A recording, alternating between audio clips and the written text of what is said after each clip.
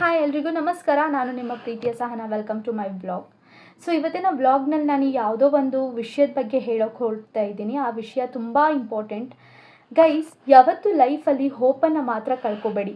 Hope is the only one thing which keeps you alive and makes you happier.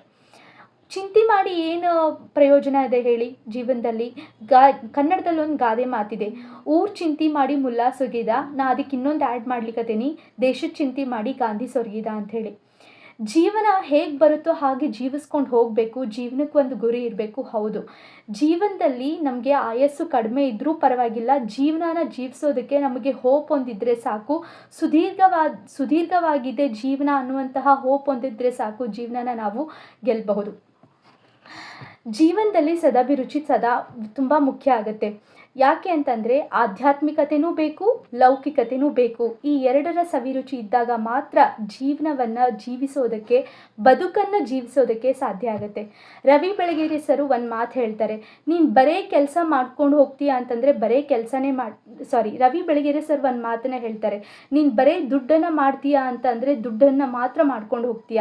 ನೀನು ಬರೇ ಹೆಸರನ್ನು ಮಾಡ್ತಾ ಹೋಗ್ತೀನಿ ಅಂದರೆ ಬರೇ ಹೆಸರನ್ನು ಮಾತ್ರ ಮಾಡ್ಕೊಂಡು ಹೋಗ್ತೀಯ. ನಾನು ಅದಕ್ಕೆ ಇನ್ನೊಂದು ಆ್ಯಡ್ ಮಾಡ್ತಾ ಇದ್ದೀನಿ, ನೀವು ಬರೇ ಕೆಲಸನ ಮಾಡ್ಕೊಂಡು ಹೋಗ್ತೀನಿ ಅಂತ ಅಂದರೆ ಮಾತ್ರ ಬರೇ ಕೆಲಸನೇ ಮಾಡ್ಕೊಂಡು ಹೋಗ್ತೀರಾ.